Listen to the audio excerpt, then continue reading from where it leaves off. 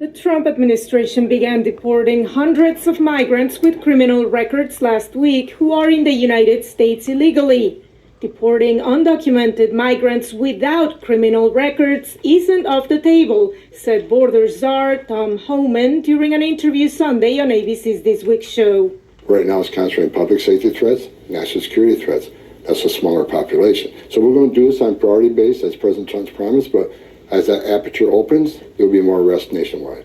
On Tuesday, restrictions were removed for Immigration and Customs Enforcement and Customs and Border Protection agents to carry out immigration enforcement in sensitive places like churches, schools, and hospitals. Homan said such arrests would be carried out on a case-by-case basis. ICE officers should have discretion to decide if a national security threat or a public safety threat in one of these facilities, then there should be an option for them to make the arrest. The Trump administration's immigration warnings and approach were criticized by Democratic Senator Elissa Slotkin. I think that's more of a signal to try and keep people from coming to the border, trying to get in, and it's part of this transition that they're not quite into yet between campaigning and governing.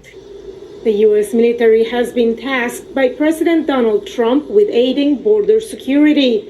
U.S. military planes are already being used for deportations, but the military's role should remain in line with the Constitution, Senator Slotkin pointed out. According to our Constitution, you can go in supporting roles, logistics, driving, setting up facilities, setting up, border locations, whatever. It's very different when you cross the line into law enforcement. Some 1,500 active duty military troops began arriving at the border with Mexico last week, and their numbers could go up in the coming days.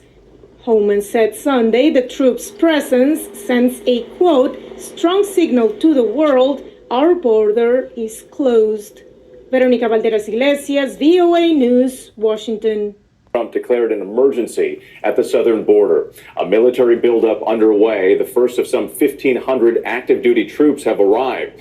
Marines from Camp Pendleton arriving with heavy equipment and Osprey aircraft. And for the first time, military planes are making deportation flights. This C-17 at Fort Bliss, Texas. Migrants in restraint seen boarding a flight to Guatemala. A new image from inside another flight taking off from Tucson, Arizona.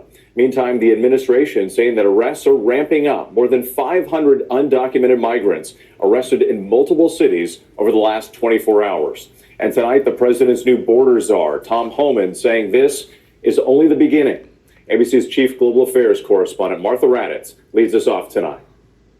Tonight, for the first time, U.S. military aircraft flying undocumented migrants out of the country as President Donald Trump launches his deportation campaign. The White House releasing these pictures, dozens of migrants in chains boarding C-17 aircraft. The flights landing in Guatemala carrying roughly 160 people, men and women. Deportation's going very well.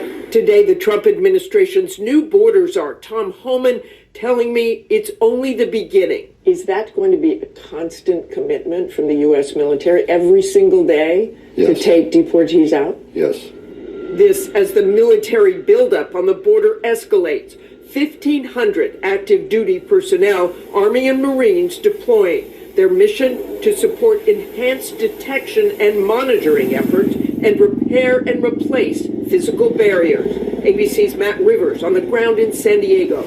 So right now these Marines are offloading concertina wire. They're going to bring it right down to the border to reinforce it. It's clearly meant to be a deterrent against future migration. And these kinds of supply flights, we might see a lot more of them over the coming months. Far from the border, ICE raids and arrests in cities across the country in the days since the president was sworn in, some of them likely long planned, but a clear sign of what's to come. Boston, New York, and Newark, New Jersey. Newark's mayor saying agents raided a small business without a warrant, detaining American citizens in the process. People were fingerprinted, pictures of their IDs and face were taken there. When I got this information, I was appalled. The Trump administration releasing numbers showing 538 arrests over the past 24 hours. The White House saying they're initially targeting undocumented immigrants who have committed violent crimes. But Homan acknowledges not everyone swept up in the raids fits that profile. And he has a stark warning to anyone who's in the country illegally. So is this what we will see every single day, ending in what the president has promised is millions and millions being deported? Yes, but you're going to see the numbers steadily increase, the number of arrests nationwide as we open up the aperture. Right now it's concentrating public safety threats, national security threats. That's a smaller population. So after you do that, then you go after everybody who is there illegally. If you're in the country illegally, you're on the table because it's not okay to, violate laws of this country. So if you're in the country illegally, you got a problem. And that's why I'm hoping those who are in the country illegally who have not been ordered removed by the federal judge should leave.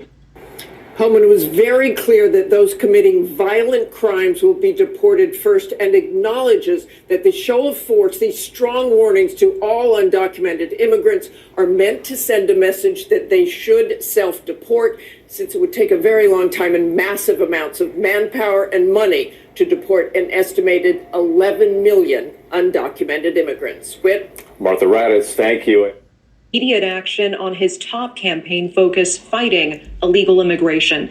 From coast to coast, ICE agents going city to city, sometimes door to door, tracking down the nearly 1.5 million undocumented set for deportation.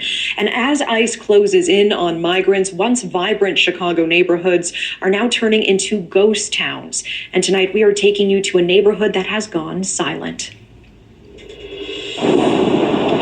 Look, I said from day one, no one's off the table. The Trump administration setting out to execute what it has promised. We arrested 1,300 people. Over 1,000 of them were criminals. Immigration and customs enforcement operations reportedly underway in jurisdictions all across the nation. Federal agents have been spotted in many sanctuary cities carrying out these operations. I hope the sanctuary cities come around. The usually bustling and vibrant streets of this Hispanic neighborhood in Chicago sit relatively empty because of the concerns over ICE. Welcome to Mesquite Restaurant, sir. This little taqueria, like most in the Pilsen neighborhood, is owned and operated by immigrants. The Cruz family, who in 1994 made the long journey from Mexico City to Chicago to grow their little taco stand into a thriving restaurant. We got tacos, we got breakfast, chilaquiles. This American dream is one thousands of migrants are striving for when they cross the southern border. But the drastic shutdown of illegal immigration is a campaign promise the majority of American voters are expecting Donald Trump to make good on. Honest to you, when he come back again, I was like, man, I'm feeling scared. President Trump, border czar Tom Homan, and the highest-ranking members of Immigration and Customs Enforcement say they're only targeting violent criminals during these initial deportations. News Nation has seen what these operations look like. I rode along and conducted early morning raids with ICE agents when they arrested men from Iraq and Belize, convicted criminals who spent prison time for robbery and gun charges. I'm not a criminal. I'm a good guy. I pay my taxes. I do everything right. You know what's going to happen to me? They're going to grab me too. You know? They're not going to check right now. We've seen examples of resistance throughout Hispanic neighborhoods, including these signs instructing immigrant men and women to push back and block federal agents from entering their homes. But the reality is, new polling shows 65% of Americans strongly support deporting immigrants convicted of violent crimes. That includes Horacio Aguilera, an Iraq War veteran and Mexican-American police officer. He voted for Trump and wants mass deportations of criminals to carry on as quickly as possible. A lot of Hispanic Americans, there was also a rise that voted for Trump. I think 9 out of 10 people that are living here in America, Chicago, Illinois, are going to agree that if you're an illegal resident and you are arrested for committing a crime, prosecuted for committing a crime, and you are an illegal resident, you are subject to deportation. The so-called mass deportations have not been carried out in Chicago like people once believed. But that hasn't stopped local and state leaders from sounding the alarm and strengthening local codes which reinforce the city's sanctuary status. We should stand up for them. That is the right thing to do. But he's trying to tear things down. Governor, what's your response to people who might say that Democrats are the one sowing chaos, confusion, and fear-mongering when talking about mass deportation?